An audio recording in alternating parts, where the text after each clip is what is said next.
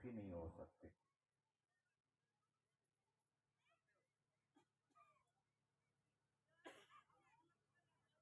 गांधारी दासी को बुलाकर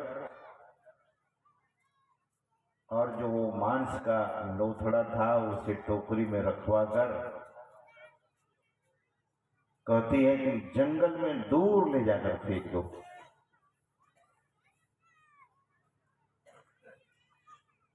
सोची क्या थी कि पहले पुत्र का जन्म मैं दूंगी, लेकिन उनकी जेठानी ने देवरानी ने दे दिया जन्म, माता कुंती ने जन्म दे दिया युधिष्ठिर जी महाराज को पहले ही। सज्जनों, दासी जा रही थी फेंकने के लिए, उधर से महर्षि वेदव्यास जी महाराज आ रहे थे। महर्षि वेदव्यास ने देखा कि ये तो राज दरबार की दासी है। इसकी आवाज बढ़ाइए थोड़ी सी, आप आवाज ठीक कीजिए। राज हस्तिनापुर की दासी है और ये तो गांधारी की दासी है। तो महर्षि वेदव्यास ने पूछा कि दासी टोकरी में लेकर जंगल की ओर कहां जा रही है? तो दासी प्रणाम करते हुए महर्षि वेदव्यास से कहती है कि गांधारी माता ने दिया है, इसमें मांस का लोथड़ा है, उसे फेंकने के लिए। महर्षि वेदव्यास जी महाराज आंख बंद करते हैं, सारी बात जान लेते हैं। ये जो आंख बंद करते हैं लोग, पूज्यपाद महर्षि शाही स्वामी जी महाराज कहा करते थे कि अगर आंख बंद नहीं करेंगे रात्रि काल में तब जीवन कैसा होगा। आंख बंद करके सो जाते हैं तो शरीर पूरा सवेरे तरोताजा हो जाता है। संत महापुरुष कहते हैं कि जागृत अवस्था में जो आंख बंद करके ध्यान करते हैं और जिन पर गुरु की कृपा हो जाती है, तो ऐसे लोगों को जथासु अंजन आंज दृगा साधक सिद्ध सुजान कौतुक देखहि शैल बना भूतल भूरि निधान। वे धरती के नीचे और आसमान के भीतर कहां क्या हो रहा है सब जानने लगते हैं।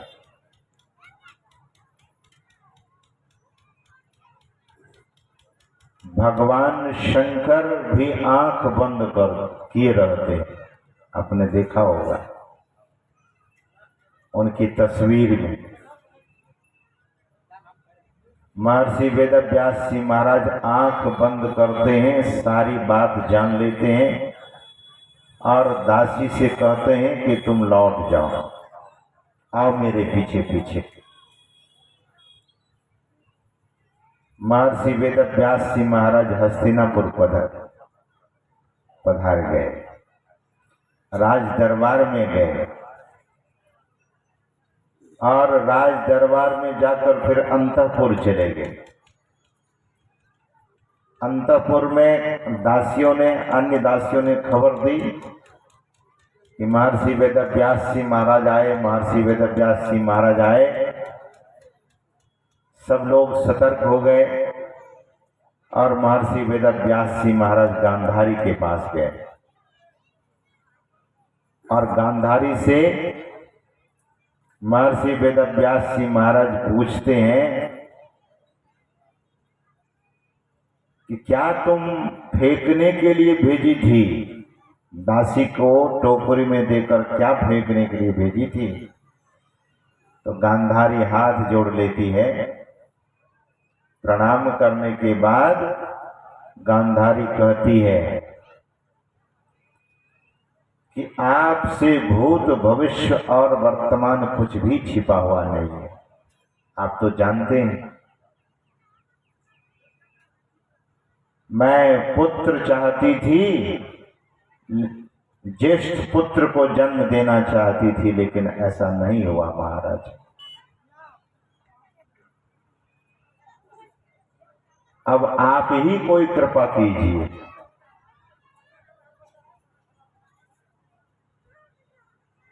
कितना पुत्र चाहती है महाराज, इच्छाओं का अंत है। आप ऐसा कहते हैं तो संत लोग ऐसा बोल रहे हैं, कितना पुत्र चाहिए? मुझे तो 100 पुत्र भी हो जाए तो बड़ी खुशी होगी। महर्षि वेदव्यास ने कहा कि जाओ, तुम्हें 100 पुत्र होगा।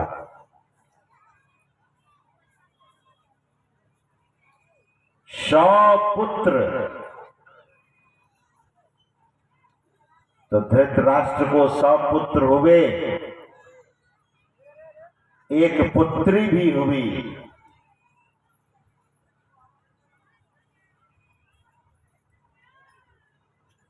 लेकिन अंत समय तक पुत्र नहीं रह पाया। अब पुत्री विधवा हो गई। महर्षि वेदव्यास जी ने कहा, देखो, जिस मांस के टुकड़े को तुम फेंकने के लिए भेजी, 100 घड़े मंगाओ, उसमें घी भर दो, मांस का 100 टुकड़ा कर दो और सभी घड़ा में भरकर 9 महीने तक मिट्टी में गाड़ दो। 9वें महीना जब पूरा हो जाए, 10वां महीना लगे, तो पहले घड़ा को, जिस घड़ा को पहले भरेगी, उसी घड़ा को पहले खोलना। जैसे उस घड़ा को खोलेगी, उसमें से बेटा निकल आएगा। सज्जनों, इस तरह से महर्षि वेदव्यास ने कहा कि 100 घड़े में भर दो उस मांस के टुकड़े टुकड़े करके। ऐसा गांधारी करवाई तो अंत में छोटा सा टुकड़ा बच गया। महर्षि वेदव्यास जी महाराज के पास खबर भेजी तो बोले, तो 101वां घड़ा भी भर दो। 100 पुत्र का मैंने कहा था, चलो एक पुत्री भी होगी।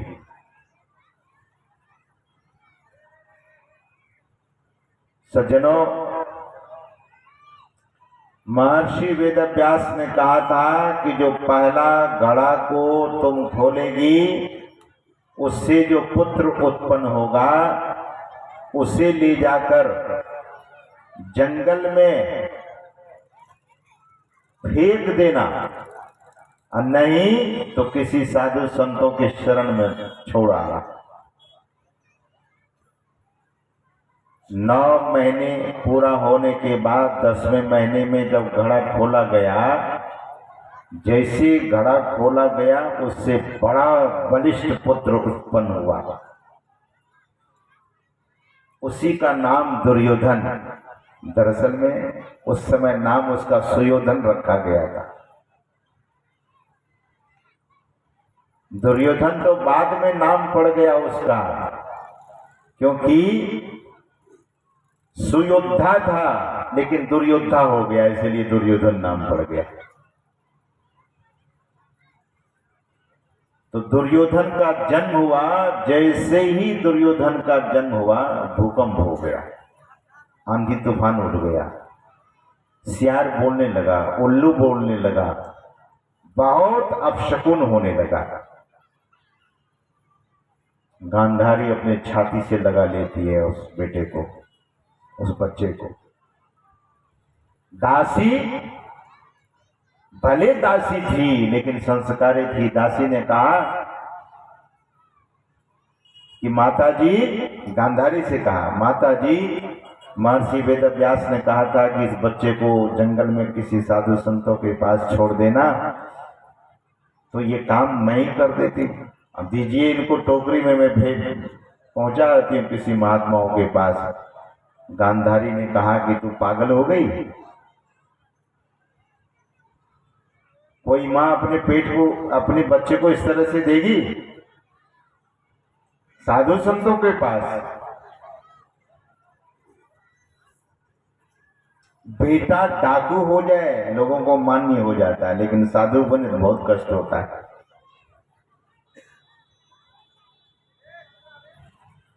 मैं कभी कभी कहता हूं लोगों से, माताओं से और बुजुर्गों से जो पिता बने हुए हैं, इन माताओं से पूछते हैं कि आप अपने बेटा को साधु बनाना चाहते हैं कि डाकू बनाना चाहते हैं? क्या बनाना चाहते हैं, साधु की डाकू? तो बहुत माता कहती है नहीं बाबा साधु ही बन जाए। मैंने कहा कि भेज दीजिए साथ में। नहीं नहीं नहीं, ऐसा मत है, साथ में ले जाएगा। क्यों? बेटा साधु बने तो बढ़िया नहीं है, डाकू बने तो अच्छा है। देखिए 100 पुत्र का वरदान दिया महर्षि वेदव्यास, 99 पुत्र उनके पास दुर्योधन के मोह से ग्रसित हो जाती है गांधारी और धृतराष्ट्र। ध्यान से सुनिएगा।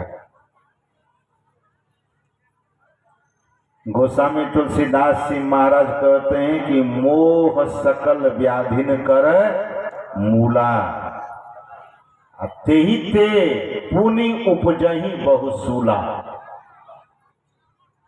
मोह सकल व्याधियों का जड़ है। जो व्यक्ति अति मोह ग्रसित है बड़ा दुखी होता है। बेटा बेटी आपका कर्तव्य है, लोगों का कर्तव्य है कि पढ़ावे लिखावे योग्य बना दे। माता पिता का इतना ही कर्तव्य है, पढ़ा दे लिखा दे और सुसंस्कार दे। मैं अभी वीरपुर से लौट रहा था तो हमारे हलेश्वर बाबू हमसे पूछते हैं कि हुजूर किस तरफ से जाएंगे आप? तो मैंने कहा नरपतगंज होकर गुजरूंगा। तो उन्होंने कहा कि मेरे घर भी चरण रख देते तो बड़ा भाग्य हो जाता। तो मैंने कहा कि ठीक है, आपका घर भी मैं चला जाऊंगा। जब इनके घर गया तो इनके पुत्र को देखा, बहुत विनम्रता, जब तक रहे साथ साथ वो बच्चा रहा और हर काम को दौड़ दौड़ करके करता था, हर सेवा को। बच्चे में संस्कार दीजिए। अगर सेवा का संस्कार नहीं देंगे, विनम्रता का संस्कार नहीं देंगे, तो विनम्रता का उल्टा क्या होता है? उदंडता। बचपन से ही बच्चे को संस्कार दीजिए। हाथ में देते हैं प्लास्टिक का खिलौना खरीद करके, नहीं देख रहे हैं? अभी यहां तो कम ही देखता हूं मैं। हाथ में प्लास्टिक का खिलौना देंगे जिसमें कुछ है ही नहीं, बीमारी छोड़ करके। बच्चा को अगर बचपन से ही ऐसी वस्तु को देंगे हाथ में, अब प्लास्टिक को चाटेगा तो बनेगा को क्या? क्या बनेगा वो? और प्लास्टिक कितना खतरनाक है स्वास्थ्य के लिए। आपके घर में जब प्लास्टिक जाता है तो 1000 रोग लेकर के साथ में जाता है, लेकिन लोग समझते नहीं। प्लास्टिक में बड़ा तो पता नहीं लोगों को भी हो गया है। गुरु महाराज को प्लास्टिक के फूल से सजाते हैं। गुरु महाराज के समय में ये प्लास्टिक का फूल नहीं था, सच्चा फूल से सजाया जाता था। कहीं कहीं पर हम लोगों को भी प्लास्टिक का फूल चढ़ाने लगते। हम कहते हैं भैया प्लास्टिक का फूल को मैं प्रणाम करता हूं, अपने घर में रखें। जिससे विकृति हो रही है वातावरण दूषित हो रहा है। आप पढ़े लिखे लोग हैं, पर्यावरण के विषय में नहीं पढ़ते हैं, आखिर होगा क्या? ये दुकानदार भाई को देखिएगा, सामान बेचता है, अब प्लास्टिक यहीं छोड़ करके चला जाता है, अब आपका खेत गंदा होता रहेगा। दुकानदारों को चाहिए कि वो प्लास्टिक उठा करके अपना झोला में बंद करे, कहीं ले जाके गाड़ दे। एक जगह ही गंदा होगा ना, सब जगह तो गंदा नहीं होगा। पर्यावरण से खिलवाड़ करेंगे तो प्रकृति दंड देने के लिए रुकती नहीं है। अब जहां देखिए वहीं प्लास्टिक, जहां देखिए वहीं प्लास्टिक। कपड़ा प्लास्टिक का बना दिया है, और पता नहीं इस देश के वैज्ञानिक को क्या हो गया है, उद्योगपति को क्या हो गया है, और खरीदने वाले को क्या हो गया है। प्लास्टिक के लोग घर में पाइप लगाते हैं। प्लास्टिक दो प्रकार का होता है, यूपीवीसी, सीपीवीसी। बहुत लोग जानते ही नहीं कि यूपीवीसी क्या होता है, सीपीवीसी क्या होता है। अधिकांश लोग यूपीवीसी पाइप लगाता है घर में, जो बहुत खतरनाक है। सीपीवीसी पाइप लगाएंगे तो बहुत बचाव हो जाएगा, और वो मल्टीपल यूज में है तो चल सकता है, लेकिन वन टाइम प्लास्टिक जो है वो बहुत खतरनाक है। तो पर्यावरण के विषय में भी सोचना चाहिए, पर्यावरण को शुद्ध कीजिए। अगर पर्यावरण को शुद्ध नहीं करेंगे तो आने वाला टाइम इतना विकराल होने वाला है। बड़े बड़े साधु महात्मा बोल रहे हैं कि प्लास्टिक बंद कीजिए। सरकार से भी हरिद्वार में हम लोगों ने आंदोलन चलाया कि कम से कम हरिद्वार को तो प्लास्टिक से मुक्त कर दीजिए। सज्जनों,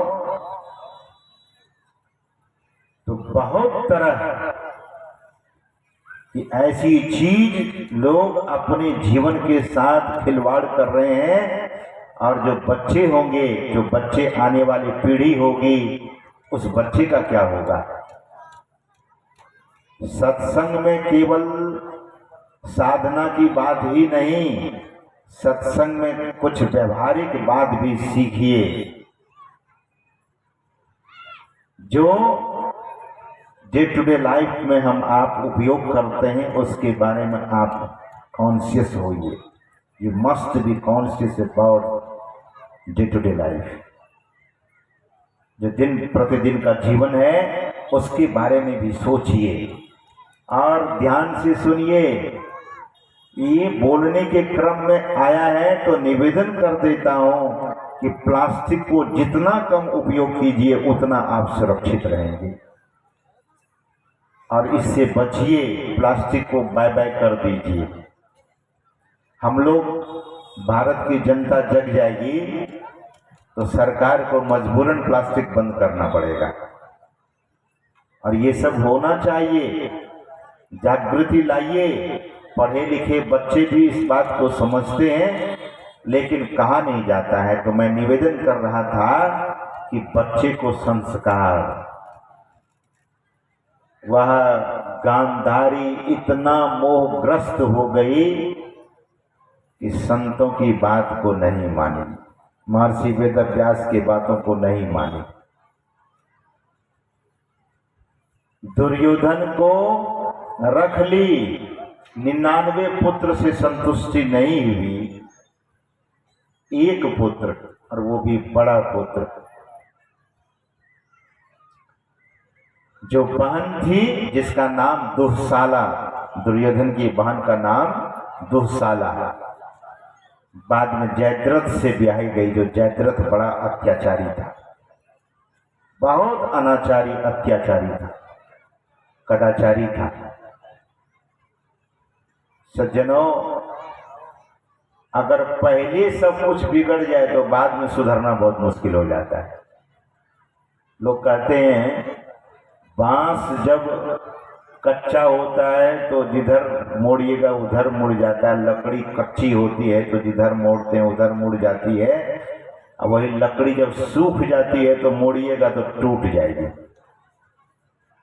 संस्कार बचपन में ही, यानी कच्ची उम्र जब उम्र कच्ची है तभी संस्कार दीजिए अपने बच्चे को, सिखाइए। हमारे हरिद्वार में आरती गाई जाती है, विषय विकार मिटाओ, पाप हरो देवा, श्रद्धा भक्ति बढ़ाओ, संतन की सेवा।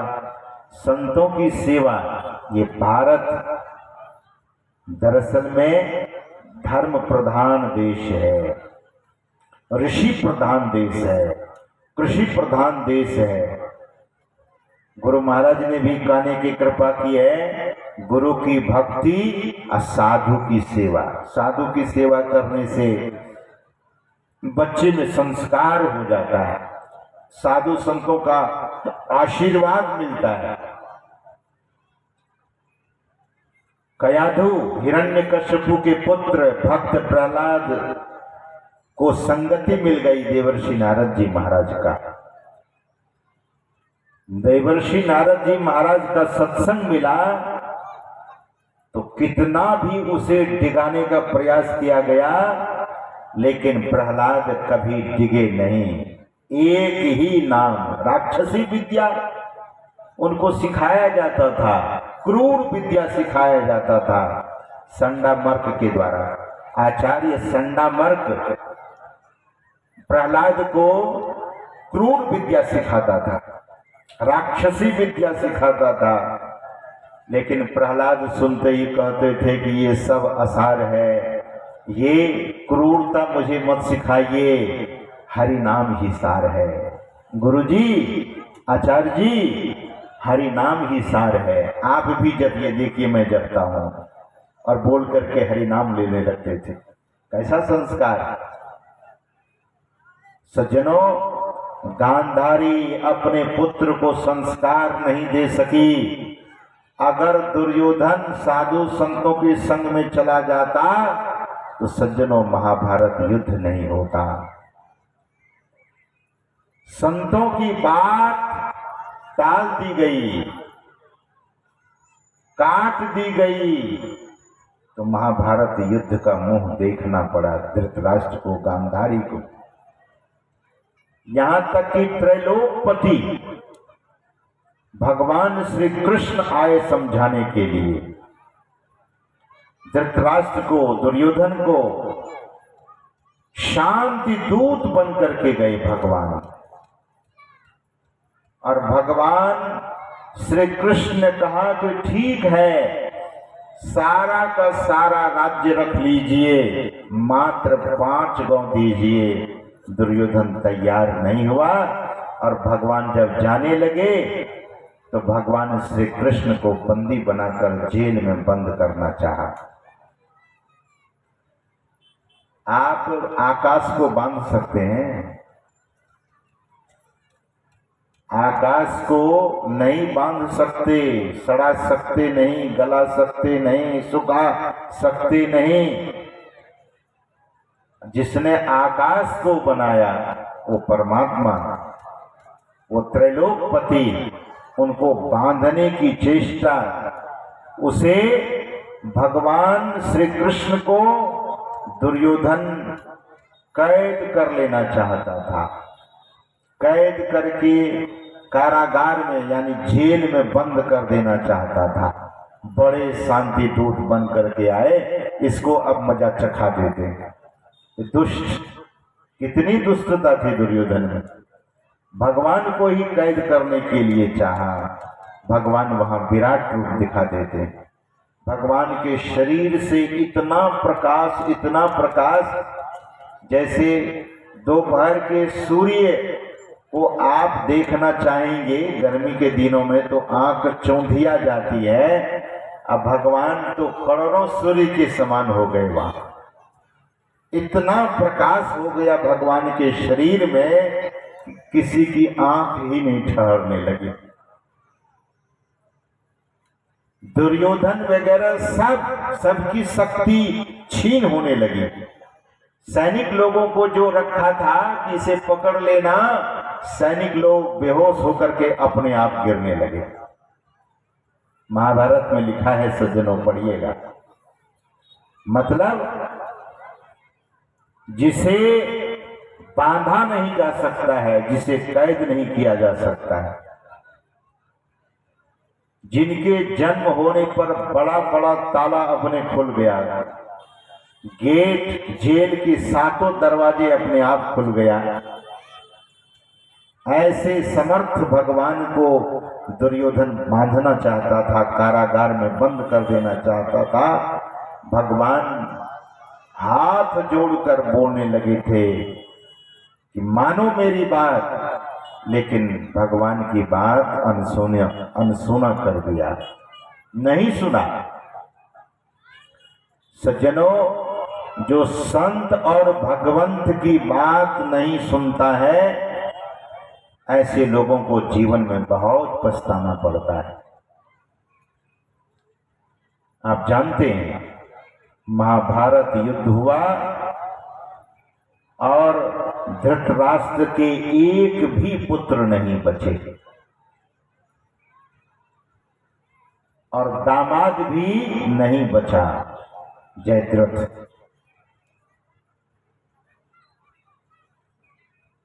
अर्जुन के भीतर कितना समर्पण था। यही समर्पण अगर हम सबों में हो जाए, ग्रंथों का प्रसंग सुनाने का मतलब ही यही है।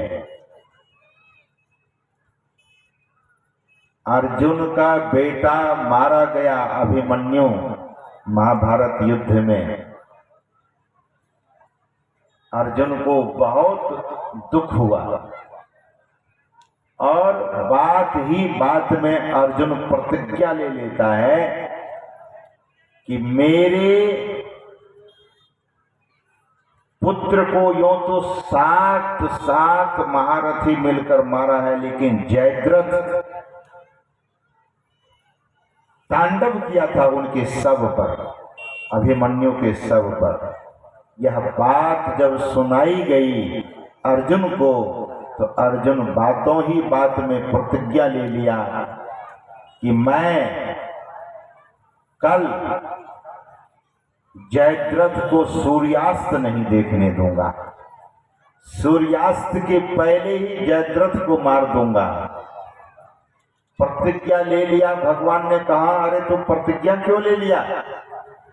फिर अर्जुन ने कहा, महाराज मैंने प्रतिज्ञा ले लिया, सूर्यास्त के पहले जयद्रथ को मार डालूंगा, और नहीं तो अग्नि समाधि लगाकर मैं स्वयं जलकर जीवन लीला समाप्त कर लूंगा। भगवान ने कहा, यही गड़बड़ी है इस भरतवंशियों का, तुरंत प्रतिज्ञा ले लेता है। अब प्रतिज्ञा तो ले लिया। महाभारत में भगवान अर्जुन के सारथी थे, प्रतिज्ञा लेकर खूब रोया, रोते रोते रोते सो गए। अर्जुन को नींद आ गई, अर्जुन सो गया। रात, आधी रात को भगवान श्री कृष्ण पहुंचे अर्जुन के कक्ष में, शिविर में, और भगवान श्री कृष्ण अर्जुन को उठाने लगे। उठो अर्जुन। अर्जुन उठ करके बैठा, आंख मलते मलते भगवान को प्रणाम किया और हाथ जोड़कर अर्जुन खड़ा है और कह रहा है कि इतनी गहरी नींद में मैं सोया था, आप क्यों जगाए? तो भगवान श्री कृष्ण ने कहा कि तुमने जयद्रथ को मारने की प्रतिज्ञा ले ली है, इसकी चिंता नहीं है, तुम तो चैन से सो रहे हो। तो अर्जुन ने कहा, जीवन का सब भार सौंप दिया सरकार तुम्हारे हाथों में। ये मेरे सरकार, ये मेरे केशव, ये मेरे माधव, कल मेरी प्रतिज्ञा पूरी कैसे होगी वो आप जानिए, मेरा काम था प्रतिज्ञा ले लेना। ये मेरा काम था प्रतिज्ञा ले लेना। प्रतिज्ञा पूरी कैसे होगी वो मेरे केशव जानेंगे। सज्जनों, दूसरे दिन युद्ध हुआ। जयद्रथ को इतना दूर लेकर चला गया, कर्ण इत्यादि और कौन कौन, कि जयद्रथ को अर्जुन मार नहीं सके। सूर्यास्त हो गया, दिन डूब गया। और तब भगवान श्री कृष्ण ने कहा कि अर्जुन अब देखते क्या हो, तुम्हारी प्रतिज्ञा तो गई, चिता बनाओ। चिता बनाकर अर्जुन उस पर लेट गया। सब महारथी जमा हो गए। सारे महारथी के अर्जुन अब जलेगा अग्नि में, अपने से आग लगा के मरेगा। जयद्रथ आया, ललकार रहा है, अरे तुम कहते थे, मैंने सुना है तुम कहते थे प्रतिज्ञा तो मैं भगवान के भरोसे लिया हूं, इसी को भगवान कहते हो। देखो भगवान भी खड़ा है और तुम भी चिता पर लेटा हुआ है। भगवान क्या किया? भगवान ने क्या किया तुझे बचा ये भगवान जिसको तुम भगवान कहते हो, ये भगवान बचा सके तुम्हें?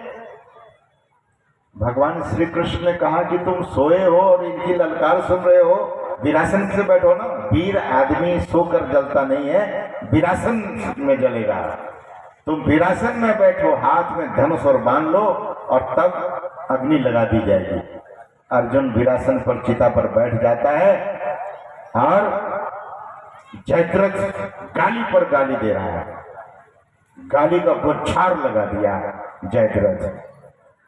और जयद्रथ को ये वरदान था कि जो उसके सिर को काटेगा, उसका सिर अगर धरती पर गिरेगा तो सिर काटने वाले का सर 1000 टुकड़े में फट जाएगा। जयद्रथ का सिर गिरा तो अर्जुन का भी सर फट जाएगा।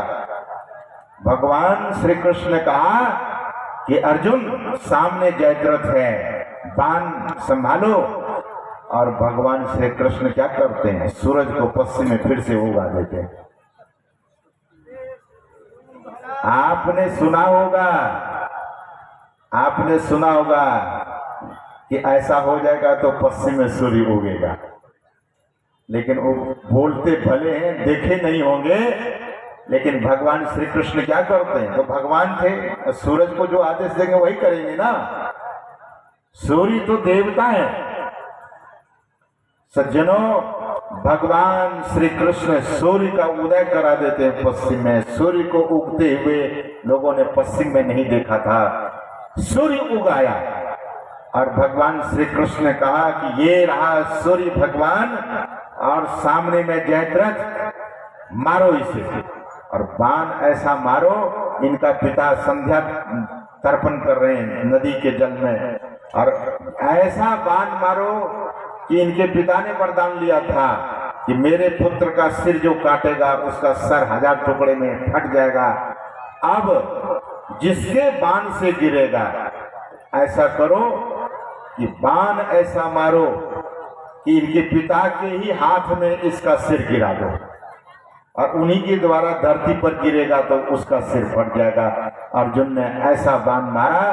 जयद्रथ के पिता संध्या तर्पण जला कर रहे थे और सिर जाकर जयद्रथ के पिता के हाथ में गिरा, ऐसे छोड़ा, धरती पर गिरा। और धरती पर गिरा तो जयद्रथ के पिता का सिर 1000 टुकड़े में फट गया। सज्जनों, महापुरुष कुछ भी कर सकते हैं। मैं निवेदन कर रहा था कि समर्पण कैसा होना चाहिए। पांडव 5 और कौरव 100। सज्जनों, पांडव 5 और कौरव लोग 100। धृतराष्ट्र के 100 पुत्र मारे चले गए। संतों की बात नहीं माना, भगवंत की बात और संत की बात का उल्लंघन किया। परिणाम सामने आया। धृतराष्ट्र रोने लगा और कहा मेरा 100 पुत्र मारे गए और पांडु के 5 पुत्र है ही, एक भी नहीं मरे।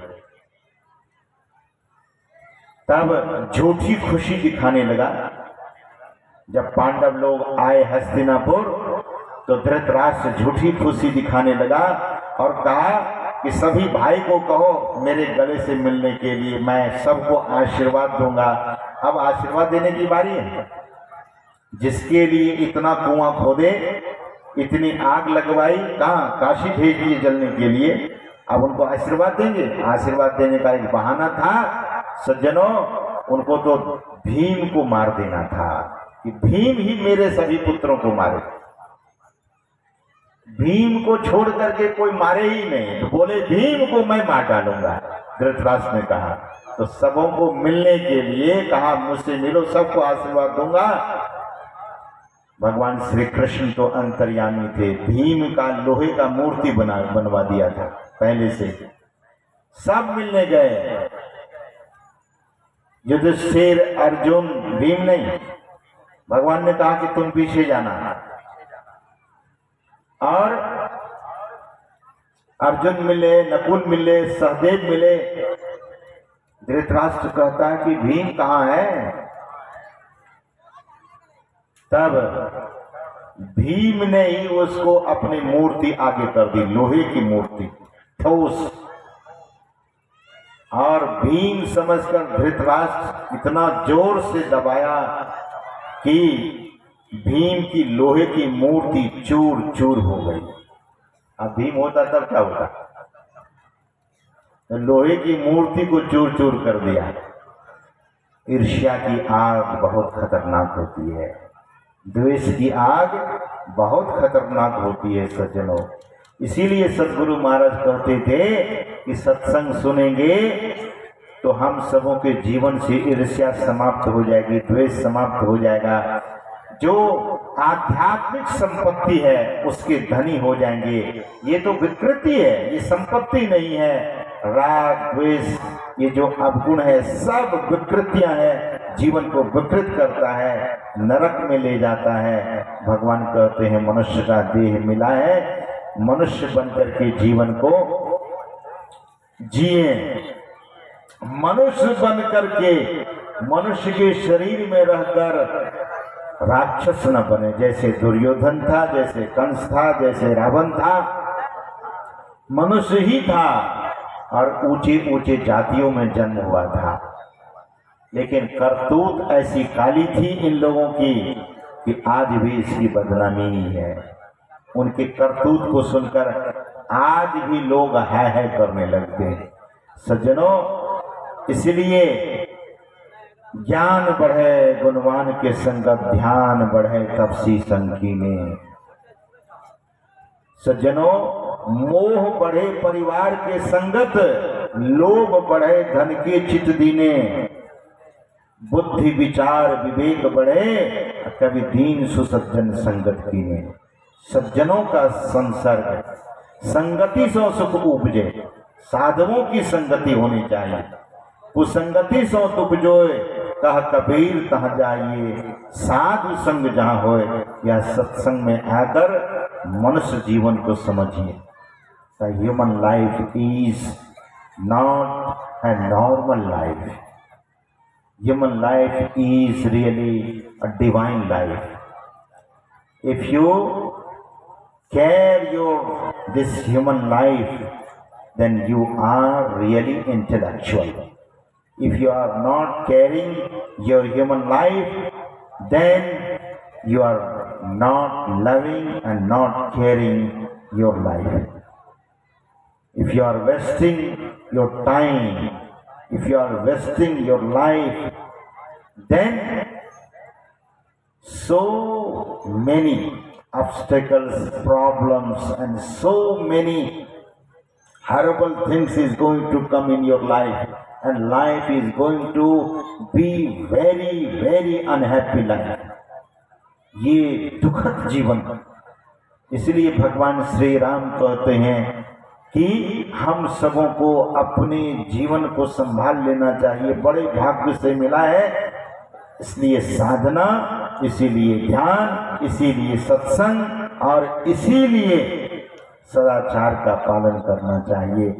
कदाचार को छोड़ देना चाहिए। मांस मछली अंडा, मांस मछली अंडा, इसका सेवन नहीं करना चाहिए।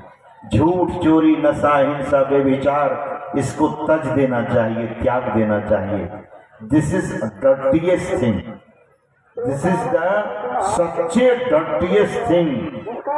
इसीलिए महापुरुष कहते हैं कि इस गंदी चीजों को छोड़ देना चाहिए। जीवन सज्जनों बहुत अनमोल है, और भगवान कहते हैं बड़े भाग मानुष तन पावा, बड़े भाग्य से मनुष्य का शरीर मिला है। लेकिन इस जीवन के बागडोर को सद्गुरु के हाथों में सौंपिए। जो लोग दीक्षा ले चुके हैं वे दीक्षा लेकर अपने जीवन को धन्य और सफल कीजिए, और जो दीक्षा नहीं लिए हैं उनको दीक्षा लेकर अपने मनुष्य जीवन को सफल कर लेना चाहिए। सद्गुरु भगवान श्री राम की वाणी में हम आप सुन रहे थे क्या, करंधार सद्गुरु दृढ़नावा। भगवान कहते हैं नर्तन पाए विषय मन देही, उलटे पलटे सुधारते सठ विश्लेही, ताही कबहू भल कहाई न कोई, गुंजा ग्रह मनस परस मनि खोई। आकर 4,84,00,000 जोनि भ्रमत या जीव अविनाशी, फिरत सदा माया कर प्रेरा। काल कर्म स्वभाव गुण घेरा, कभुक करि करुणा नर देही, देत ईश बिनु हेतु सनेही। और यह जो शरीर है भवसागर को पार करने के दृढ़ करना, नर्तन भाव बारिधि कह बेरो, सन्मुख मरुत अनुग्रह मेरो, करंधार सद्गुरु दृढ़नावा, दुर्लभ साज सुलभ करि पावा।